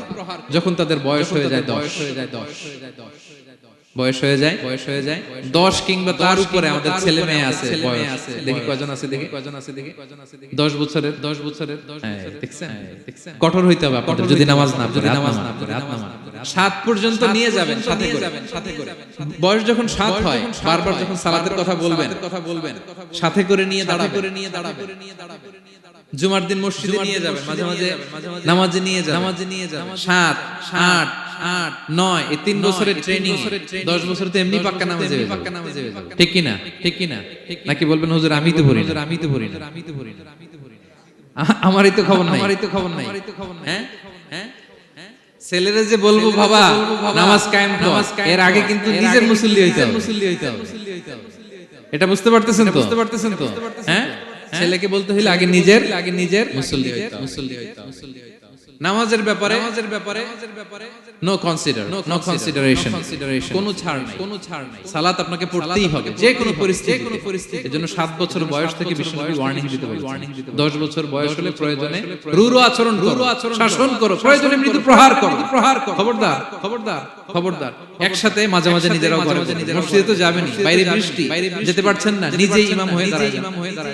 আপনার ছেলে 2 জন আপনার পিছনে দাঁড়াবে, আপনার স্ত্রী আর মেয়েরা তার পরের কাতারে দাঁড়াবে। নারী পুরুষ একই কাতারে দাঁড়াতে পারে না। অথবা আপনার ছেলেটার ইমাম বানায় দেয়, ও নামাজ পড়াইতেছে, আপনারা পড়াইতেছে, ভালো লাগবে না? A family that prays together stays together. ইংরেজিতে একটা কথা বলি, a family that prays together stays together. যে ফ্যামিলি একসাথে নামাজ পড়ে, এই ফ্যামিলি একসাথে টিকে থাকে শান্তিতে অনেক দিন। ঠিক কিনা? এজন্য ঘরে মাঝে মাঝে জামাতে নামাজ পড়বেন, ঘরটারে বরকত দিয়ে পূর্ণ করে দিবে কে? এজন্য সাইয়েদনা লোকমান বললেন আকিমিস সালাহ, আমার কলিজার টুকরা সন্তান নামাজ নষ্ট করো না, নামাজ নষ্ট করো না। অনেক ফ্যামিলি আছে, অনেক ফ্যামিলি নিজেও নামাজি ছেলে মেয়েদেরকেও নামাজের কথা বলে পড়ায়, যোহর পড়তে দেয়, আসর পড়তে দেয়, মাগরিব পড়তে দেয়, এশা পড়তে দেয়, ফজর পড়তে দেয় না। ফজর নিয়ে টেনশন, কেন? বলতেছে ঘুমায় হুজুর। কি করে আমার কলিজার টুকরা সন্তান ঘুমায় হুজুর, কাঁচা ঘুম কেমনে ভাঙাই। আচ্ছা, ফজরের সময় যদি আপনাদের কন্ডোমিনিয়ামে আগুন লাগে কি করবেন? ফজরের সময় লাগছে আগুন, আরেকটু ঘুমাক, কাঁচা ঘুম। হ্যাঁ, বলবেন কথা বুঝে নাই বোধহয়। যে বাবা মারা মনে করে সকালে কিভাবে ডাকি, উঠতে চায় না হুজুর, কাঁচা ঘুম, কষ্ট হয়ে যায়। ফজরের সময় যদি আগুন লেগে যায় আপনার ঘরে, কি করবেন? আরেকটু ঘুমাক, কাঁচা ঘুম। দুনিয়ার আগুন থেকে নিজের সন্তানকে বাঁচানোর জন্য যেমনি ডেকে ওঠান, দুনিয়ার আগুন থেকে রক্ষা করার জন্য যেমনি ডাকেন উঠায় নিয়ে আসেন, জাহান্নামের কঠিন আগুন থেকে বাঁচানোর জন্য ফজরের সময় ডাকার দরকার আছে না নাই? দুনিয়ার আগুনের চেয়ে কমপক্ষে 70 গুণ বেশি তেজ। বিষ্ণু বলেন নারুকুম তুকিদুন, যে আগুন দিয়ে কিচেনে রান্না করো, জাহান্নামের আগুন কিন্তু এই আগুন নয়। জাহান্নামের আগুন দুনিয়ার আগুনের চেয়ে কমপক্ষে 70 গুণ বেশি তেজ। তাহলে ফজরের সময় ডাকবেন তো ছেলে মেয়েকে, হ্যাঁ, নিজেও পড়বেন, ছেলে মেয়েদেরকেও ডাকবেন। আকিমিস সালাহ। 4 নম্বরে বললেন বাবা নামাজ কায়েম করো, নামাজ ছেড়ে দিও। 5 নম্বরে বললেন ওয়া'মুর বিল মা'রুফ, ভালো কাজের আদেশ করো। 6 নম্বরে বললেন ওয়ানহা আনিল মুনকার, খারাপ কাজ থেকে নিষেধ করো। দেখেন কি বাবা ছিল সাইয়েদনা লোকমান। ছেলেরা বললেন নামাজ পড়ার পরে বললেন ওয়া'মুর বিল মা'রুফ, ভালো কাজের আদেশ করো, ভালো কাজের আদেশ করো। ওয়ানহা আনিল মুনকার, মন্দ কাজ থেকে নিষেধ করো। আমরা অনেকে নিজেরাই ভালো করি, নিজেরাই ভালো কাজ করি, অন্যদেরকে বলি না। এরকম আছে না নাই? সমাজে পাপ হলে অন্যায় হলে আমরা কথা বলতে চাই না। এরকম আছে না নাই? নিজেই নামাজ পড়বে, নামাজ বন্ধ করে তাসবিহ পড়তে থাকে, কিন্তু মুসলিম উম্মার উপর কারবালা হয়ে যাচ্ছে, তার কোনো টেন নাই। এরকম আছে না নাই? গোটা বিশ্বে মুসলমানদের উপর দিয়ে কি যাচ্ছে, সমাজে কি চলছে তার কোনো আন্দাজ নাই, খোঁজ খবর নাই, শুধু নিজেই জিকির করে। এরকম আছে না নাই? না, আযাব আসলে, গজব আসলে শুধু এই কাফির মুশরিকদেরই মারে না, মুমিনদেরও মারে। ঠিক কি না? আল্লাহ বলে ওই আযাবকে ভয় করো, ওয়াত্তাকু ফিতনাতাল লা তুসিবান্নাল্লাযীনা যালামু মিনকুম খাসসা। ওই আযাবকে ভয় করো, এই শাস্তিকে ভয় করো, যে শাস্তি যখন আমি পাঠাই ওই শাস্তি দিয়ে শুধু জালেমদেরকে মারি না, আলেমদেরকেও মারি। ঠিক কি না? কারণ তুমি আলেম হয়ে বসেছিলে, তুমি সমাজকে বাঁচাও নাই কেন? শুধরে দাও নাই কেন? শুদ্ধাচারের অভিযানে তুমি নামো নাই কেন? ঠিক কি না? তুমি একা জিকির করে তোমার আল্লাহর ওলি হইতে বলছে কে? গোটা সমাজকে তোমার বাঁচাতে হবে। একটা জাহাজ 2 তলা, আপনি আছেন 2য় তলায়, নিচ তলায় একদল লোক জাহাজের তলা ছিদ্র করতেছে। জাহাজের তলায় ছিদ্র করলে কে ঢুকে? তা আপনি যদি বলেন ওরা নিচে আছে ছিদ্র করতেছে, ওরা করুক, আমি থামাবো কেন? আমার তো দোষ নাই। আমি তো ছিদ্র করি নাই। ছিদ্র করছে কারা? ওরা। পানি ঢুকলে ওরা মরবে, আমি তো বেঁচে যাবো। বাঁচবে। কারণ সে তো জাহাজের ভিতরেই। আপনি যে যদি এই পাগলগুলারে না থামান, ওরা তো মরবেই, আপনিও শেষ। চিল্লায় বলেন ঠিক কি না? এজন্য সমাজে যখন পাপ হয়, অন্যায় হয়, দেখা মাত্রই আপনাকে থামাতে হবে।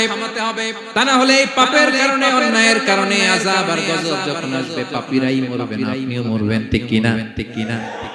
মুসা আলাইহিস সালামের পায়ের মধ্যে একটা লাল পিঁপড়া কামড় দিছে। এই সাইজের যে লাল পিঁপড়াগুলো কামড় দিলে খুব আরাম লাগে না? কেমন লাগে?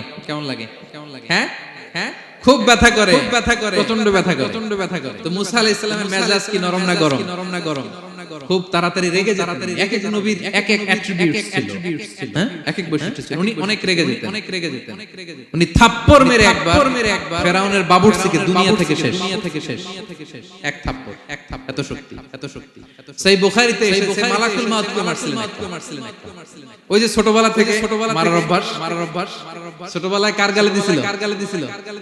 জানে না বোধহয় ফেরাউন। অন্যায় দেখলেই ছোটবেলায় ফেরাউনের গালে দিছে। বড় হয়ে ফেরাউনের বাবুর্চির একটা। এরপরে মালাকুল মাউত একটা। এর কারণ মালাকুল মাউত আবার মালাকুল মাউতের মতো আসেনি, মানুষের আকৃতিতে এসেছিল। তো পারমিশন না নিয়ে ঢুকছে। উনি ভাবছে এমনি মানুষ, কি রে পারমিশন নিলি না কেন? তো মুসা আলাইহিস সালামের পায়ের মধ্যে লাল পোকা, লাল পিঁপড়া কামড় দিছে। প্রচন্ড ব্যথা পাইতেছে আর ডলতেছে আর রেগে গেছে। রেগে তাকায় দেখে এদিকে লাল পিঁপড়ার বাসা, যে পা দিয়ে ডলে সবগুলোর মেরে ফেলছে।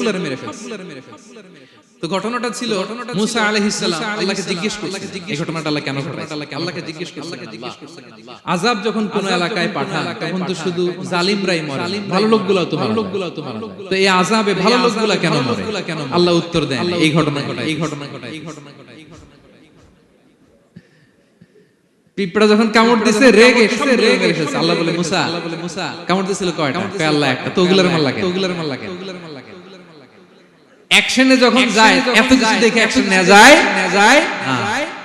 এজন্য আল্লাহ বলেন ওয়াত্তাল্লাহু ফিতনাতাল লা তুসিবান্নাল্লাযীনা যালামু মিনকুম খাসসা। ওই ফিতনাকে মানে ওই আযাবকে ভয় করো, যে আযাব যখন আসবে শুধু খারাপ লোকগুলোর উপরে আসবে না, ভালো লোকগুলোও বাঁচতে পারবে। কারণ ভালো মানুষরা আশেপাশের লোকদেরকে ভালো বানায় নাই কেন? একা নামাজ পড়েছো কেন? আমাদের দাওয়াত দাও নাই কেন? নিজে হালাল খাইছো, সমাজটারে হালাল দিয়ে বিনির্মাণ করো নাই কেন? এজন্য আযাব আসলে জালেমদের উপরে আসে না, আলেমদের উপরে আসে। খবরদার। এজন্য ছেলেরে বললেন বাবা শুধু নামাজ পড়লেই হবে না, ওয়া'মুর বিল মা'রুফ, ভালো কাজের আদেশ করবা, ওয়ানহা আনিল মুনকার, খারাপ কাজ থেকে নিষেধ করবা। এটা আসলে দায়িত্ব হচ্ছে সরকার প্রধান। যারা ক্ষমতার চেয়ারে বসে তাদেরকে আল্লাহ 4 দফা মূলনীতি দিয়েছেন।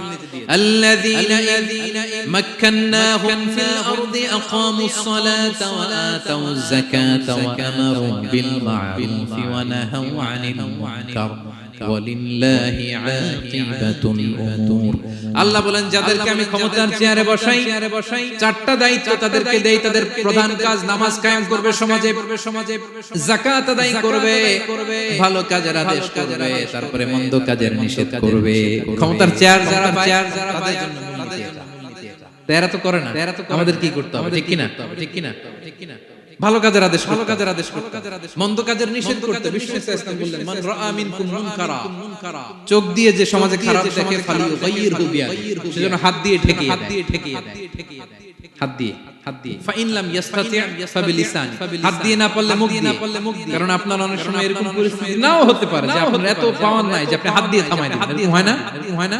অক্ষম, আমি পারি না। তখন মুখ দিয়ে কিভাবে পরিবর্তন করবেন বলেন, নাসিহা করেন, কাউন্সেলিং করেন, জনমত গড়ে তোলেন।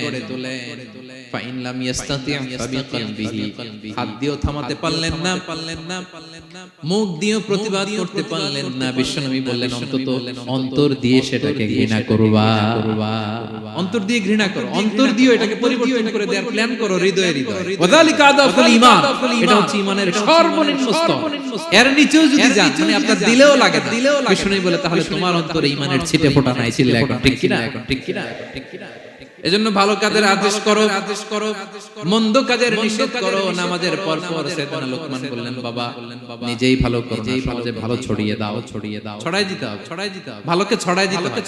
সংঘবদ্ধ জীবন যাপন করতে হয়, আপনাকে দাঁড়াতে হবে, আপনাকে হিম্মত করতে হবে।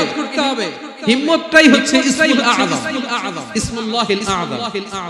ইসমে আযম মানে আল্লাহর এমন একটা নাম যেটা দিয়ে দোয়া করলে আল্লাহ কবুল করে। এটা কি? কেউ বলে ইয়া হাইয়্যু ইয়া কাইয়্যুম, কেউ বলে ইয়া রাহমান ইয়া রাহিম। অনেক মুফাসসিরিন, অনেক মুহাদ্দিসিন এক একটা বলছে যে এইটা হতে পারে। অনেকে বলছে হিম্মতটাই হচ্ছে ইসমে আযম। তুমি হিম্মত করে আল্লাহর কাছে চাও, গোটা দুনিয়া পাল্টে যাও। ঠিক কিনা? এজন্য সমাজের পরিবর্তনের জন্য আপনাকে আগে আসার দরকার আছে না নাই? ছেলেকে দেখেন সুবহানাল্লাহ, কিভাবে ছেলেরে গড়ে তুলতে হয়। প্যারেন্টিং লেসন ফ্রম সূরা লোকমান। কিভাবে আপনি প্যারেন্টিং লেসন বের করে আনবেন? বাবা হিসেবে কিভাবে আপনি ছেলেকে গড়ে তুলবেন? নামাজের পর সাইয়েদনা লোকমান বললেন, ভালো কাজের আদেশ করবা, মন্দ কাজের নিষেধ করবা। এরপরে বললেন ওয়াসবির আলা মা আসাবাক ইন্না যালিকা মিন আজমিল উমুর।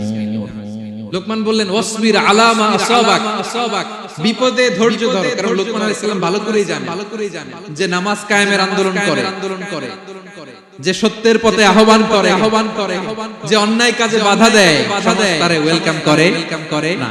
তার জীবনে দুঃখ আছে, তার জীবনে দুঃখ আছে, তার উপরে হামলা হতে পারে, মামলা হতে পারে, তাকে দেশ ছাড়া করা লাগতে পারে।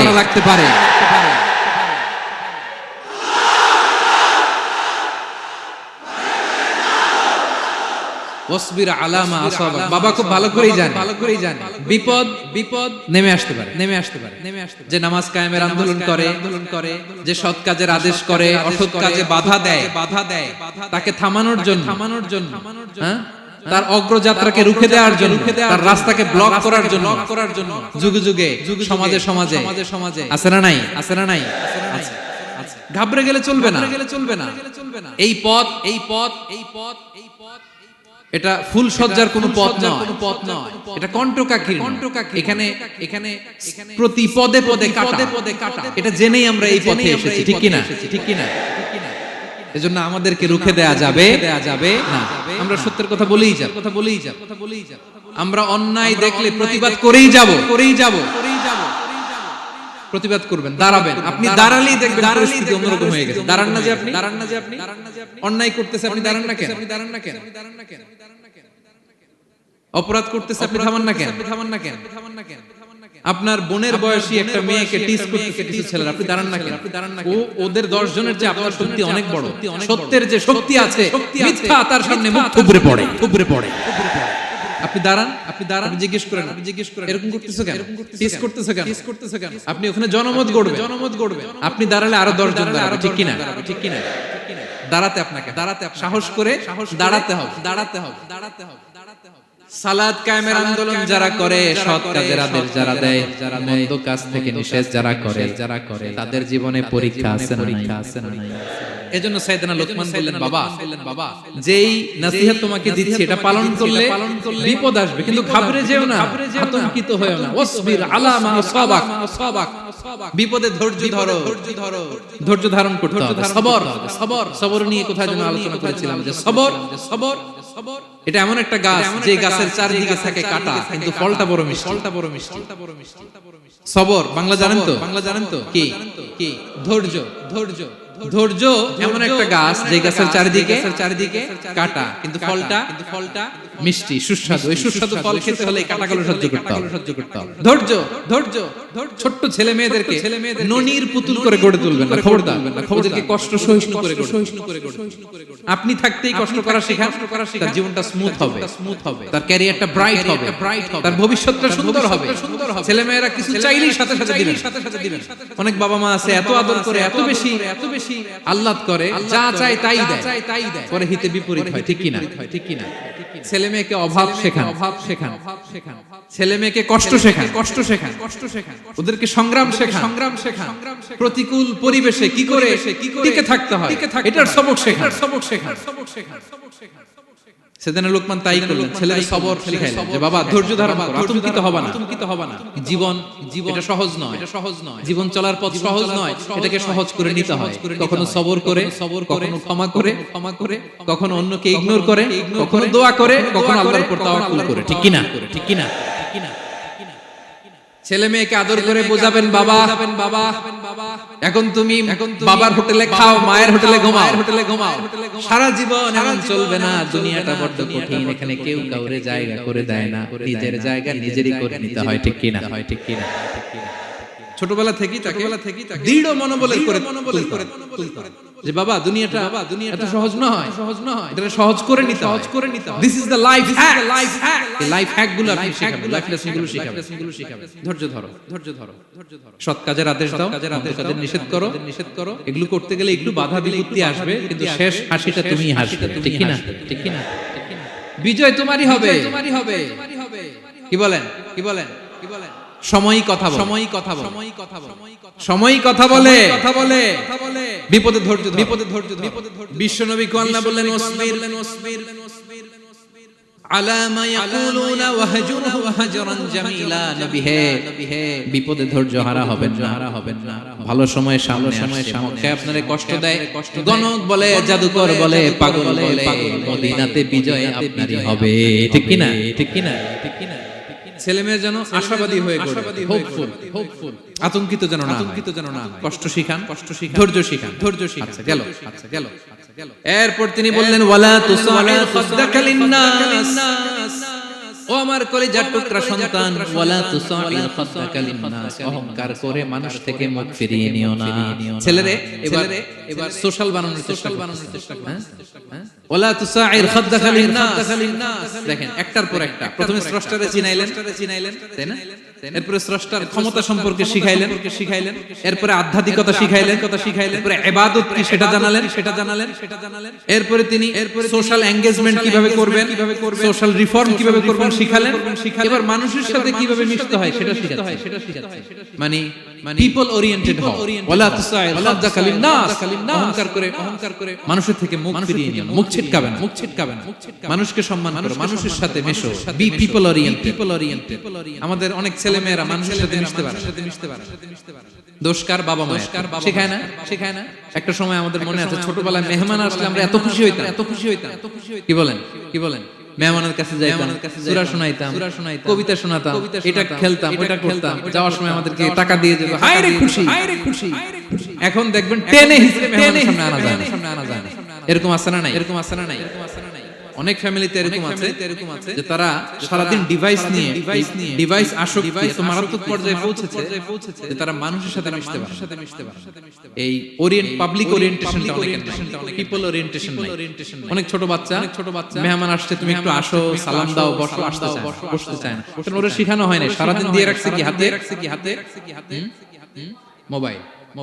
যেন ছোটবেলা থেকে আমরা যেন সামাজিক বানাই, বাচ্চাকে যেন শেখাই, বাবা মুরব্বিকে দেখলে সালাম দিতে হবে। কি করতে হবে? ওরা শিখাবেন।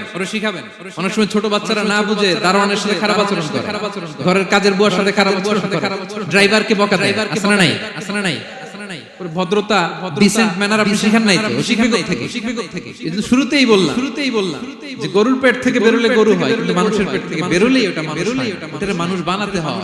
দিনের পর দিন, মাসের পর মাস টিউনিং করে, পলিশিং করে, গাইড করে মানুষের মতো মানুষ বানাতে। তাহলে ছেলেনে বললেন ওয়ালা তুসাইর খাদ্দাকা লিন্নাস, তোমার চেহারাকে মানুষ থেকে ফিরিয়ে নিও না। গণমুখী হও, মানুষের সাথে মেশো। ছেলেমেয়েদেরকে বলবেন শহরে থাকলে মাঝে মাঝে গ্রামে নিয়ে যেতে, কাদার মধ্যে ছেড়ে দিবেন, হাঁটবে, হ্যাঁ, কাদায় ছেড়ে দিবেন, পুকুরে ছেড়ে দিবেন, দৌড়াদৌড়ি করতে তারপরে তারা শিখবে, দেখবে। জ্যান্ত মাছ দেখে নাই আমাদের অনেক ছেলেমেয়েরা, আছে না নাই?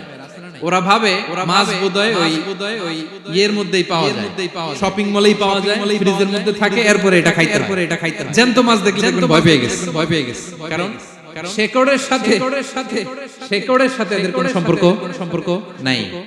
এরা যেন গণমুখী হয়, শেকড়ের সাথে যেন এদের সম্পর্ক থাকে। এটাই দেখেন। এই উপদেশটা কয় হাজার বছর আগের। মনে হচ্ছে যেন আজকের পরিস্থিতি দেখে লোকমান ইসলাম ছেলেকে অ্যাডভাইস করতেছে। সুবহানাল্লাহ বলবেন না? ওয়ালা তুসাইর খাদ্দাকা লিন্নাস, মানুষ থেকে মুখ ফিরিয়ে নিও না। ছেলেমেয়েদের শিখান। মানুষ দেখলে ভয় পেও না, মানুষের কাছে যাও, মানুষের দুঃখ দুর্দশা দূর করার চেষ্টা করো। গণমুখী হও, মানুষকে দেখলে সালাম দাও, মুচকি হাসি দাও, হাত বাড়িয়ে মুসাফা করো। তাহলেই না মানুষ মিশবে, শিখবে, জানবে। ঠিক কি না? এরপরে বললেন ওয়ালা ফিল আরদি মারাহা, আমার কলিজার টুকরা সন্তান, অহংকার করে রাস্তা দিয়ে হেঁটো না, কারণ ইন্নাল্লাহা লা ইউহিব্বু কুল্লা মুখতালিন ফাখুর, আল্লাহ অহংকারীকে পছন্দ করেন না। এবার বডি ল্যাঙ্গুয়েজ শিখা ছেলেকে কিভাবে হাঁটবে। আমাদের অনেক সময় ছেলে মেয়েরা খুবই ভালো, নিষ্পাপ, শুধু ভিতরটা পরিষ্কার হইলে হবে না, আপনার জেস্টারও তো ভালোই হ্যাঁ? ভিতর ভালো কিন্তু ভিতর ভালঙ্গি জানেন আছে না নাই, এটা ইংরেজিতে কি বলে? Body language. বুঝতে পারছেন? এবার ছেলেকে বডি ল্যাঙ্গুয়েজ শিখাচ্ছে বাবা। হাঁটার সময় এইভাবে হাঁটতে হবে। ওয়ালা তামশি ফিল আরদি মারাহা, অহংকার করে রাস্তা দিয়ে হেঁটো না। এখানে তামশি বলতে শুধু হাঁটাই না, অহংকার করে ড্রাইভ করো না, অহংকার করে হুন্ডা চালিও না। এরকম আছে না নাই? আমাদের ইয়াং ছেলে মেয়েরা হুন্ডা একটা পাইলে এমন আওয়াজ করে তারা চলবে, অসুস্থদের ক্ষতি হয়, ছোট বাচ্চারা ভয় পেয়ে যায়, মাঝরাতে মানুষ লাফ দিয়ে ওঠে ঘুম থেকে। এরকম আছে না নাই? আমাদের সন্তানরা রাস্তা দিয়ে চলতে বিনয়ের সাথে হাঁটতে হবে, ভদ্রভাবে হাঁটতে হবে, কারণ রহমানের বান্দারা অহংকারী হয় না, তারা বিনয়ী হয়। ঠিক কিনা? ওয়া ইবাদুর রাহমানিল্লাযীনা ইয়ামশুনা আলাল আরদি হাওনা ওয়া ইযা খাতাবাহুমুল জাহিলুনা ক্বালু সালামা। রহমানের বান্দারা রাস্তা দিয়ে যখন হাঁটে দাম্ভিকতার সাথে হাঁটে না, অহংকারের সাথে হাঁটে না, বিনয়ের সাথে রাস্তা দিয়ে তারা চলাফেরা করে। ঠিক কিনা? তো ছেলেকে হাতে ধরে বডি ল্যাঙ্গুয়েজ শিখাচ্ছে বাবা। অহংকার করে হেঁটো না, মানুষের অহংকার সাজে না, অহংকার সাজে একজনের। তিনি কে? অহংকার কার চাদর? আল্লাহ বলে এই চাদর যদি কেউ টান দেয় ওরে আমি জাহান্নামে নিক্ষেপ করি, ফালা উবালি, আই ডোন্ট কেয়ার, ওরে আমি জাহান্নামে ফেলবো। অহংকার করার কি আছে? আমাদের কিছুই নাই। ঠিক কিনা? ডায়রিয়া যদি হয়, লুজ মোশন যদি হয়, 5 বার টয়লেটে গেলে এরপর চেহারার দিকে তাকানো যায়, বিছানায় পড়ে হা করতে শুরু করে, তো কিসের অহংকার? লুজ মোশন 3 দিন যদি হয়, হায় রে চেহারার দিকে তাকানো, সুন্দর চেহারা ফ্যাকাশে হয়ে গেছে। এই মানুষের অহংকার করা সাজে? ছেলেকে বিনয়ী হওয়া শেখাতে হবে বাবা। বিনয়ী হও। তোমার বডি ল্যাঙ্গুয়েজটা সুন্দর করো, তোমার কথা বলায়, তোমার চলনে বলনে সবকিছুতে যেন একটা মাধুর্যতা থাকে, একটা কোমলতা থাকে, শেখানোর দরকার আছে না নাই? সব শেষে সাইয়েদনা লোকমান ছেলেকে বললেন ওয়াকসিদ ফি মাশিকা ওয়াগদুদ মিন সাওতিকা ইন্না আনকারাল আসওয়াতি লা সাওতুল হামির। ওয়াকসিদ ফি মাশিক ওয়াগদুদ মিন সাওতিক। তাহলে কিভাবে হাঁটবা? হাঁটার ক্ষেত্রে একটা মিডিয়াম পেস অবলম্বন করো। মিডিয়াম পেস, ভদ্রভাবে, হ্যাঁ, মিডিয়াম মধ্যমপন্থী পন্থায় তুমি হাঁটো। তোমার হাঁটার মধ্যে যেন একটা মুনশিয়ানা ভাব থাকে, তোমার হাঁটা চলাফেরায় যেন একটা ভদ্রতার ছাপ থাকে। এটা তো হাতে ধরে শিখাইতে হবে, নাহলে শিখবে না, বুঝবে না তো সে। ওয়াগদুদ মিন সাওতিক, কণ্ঠটাকে মোলায়েম করো। ইন্না আনকারাল আসওয়াতি লা সাওতুল হামির, কর্কশ গলায় কথা বলো না। আমাদের অনেক ছেলেমেয়েরা অনেক শাউট করে, আছে না নাই? কেউ কি শাউটিং পারসনকে পছন্দ করে? আমরা লাইক করি। Nobody likes a shouting person. আপনি মালয়েশিয়ানদেরকে দেখেন কত কোয়াইট ইনকাম, হাজার মানুষ একটা প্রোগ্রাম করতেছে, একটা সাউন্ড নেই। আমাদের তো অনেক বলতে হয়, অনেক অ্যানাউন্সমেন্ট, অনেক এই সেই, ওদেরকে কিছু বলতে হয়। ওদের আমি অনেক বড় প্রোগ্রামে জয়েন করেছি, হাজার মানুষ, একটা ছোট্ট ইনস্ট্রাকশন লাইন ধরে সবাই সেটা মেনে নেয়। ছেলেকে শিখায়, ছেলেকে চলতে ফিরতে একটা মাঝারি মোলায়েম ভদ্র একটা পেস অবলম্বন, আর কণ্ঠটাকে নিচু করো, কর্কশ ভাষী হয়। কেউ পৃথিবীতে কর্কশ ভাষীকে পছন্দ করেন? যারা চিৎকার করে চেঁচামেচি করে, আল্লাহ তাদের কণ্ঠকে গাধার কণ্ঠের সাথে তুলনা করেছেন এখানে। দ্য ব্রেইং অ্যাস, গাধার আওয়াজের চাইতে পৃথিবীতে নিকৃষ্ট আওয়াজ হতে পারে? আল্লাহ বলে তুমি কি তোমার কণ্ঠকে গাধার আওয়াজের মতো করতে চাও? যদি না চাও, কণ্ঠটাকে মোলায়েম করো, কর্কশ ভাষায় সম্বোধন করো, কারণ কর্কশ ভাষীকে, এই শাউটিং পারসনকে কেউ কখনো পছন্দ করে? এই উপদেশগুলো আমাদের ছেলেমেয়েদেরকে দেওয়ার দরকার আছে না নাই? আল্লাহু আকবার। প্রজ্ঞায় সুসজ্জিত এই উপদেশ মালাগুলো সে 3000 বছর আগে যেমনি প্রাসঙ্গিক ছিল, এখনো তেমনি প্রাসঙ্গিক। এই উপদেশগুলো আমরা ছেলেমেয়েদেরকে দিতে পারবো তো? এই 10টা উপদেশ মালা বুঝতে পারছেন আপনারা? সবাই বুঝতে পারছেন? মনে থাকবে, খেয়াল থাকবে। আমি 1 মিনিটে একটু রিভাইজ করি। কি উপদেশ দিলেন? প্রথমে শুকরিয়ার কথা আল্লাহ নিজে বলেছেন, শুকরিয়া করো। আমরা যেন যে কোনো পরিস্থিতিতে শুকরিয়া করি, করলে নিয়ামত বাড়াই দিবে কে? এরপর সাইয়েদনা লোকমান ছেলেকে সর্বপ্রথম যে উপদেশটা দিলেন সেটা হলো বাবা কি করো না। সবাই বলুন কি করো না। কারণ শিরক হচ্ছে সবচেয়ে বড়। আল্লাহ সব maaf করে, শিরকের গুনাহ তিনি maaf করে। এরপর আল্লাহ তাআলা নিজ থেকে আরেকটা উপদেশ ঢুকাই দিলেন, সেটা হচ্ছে কার সাথে ভালো আচরণ করো? মা বাবার সাথে।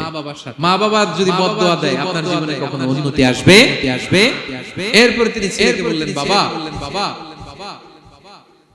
আল্লাহ তাআলা এমন ক্ষমতার অধিকারী, যেখানেই যে পাপ করো ভালো কাজ করো সবার চোখে ফাঁকি দেয়া গেল, আল্লাহর চোখে ফাঁকি দেয়া যায়।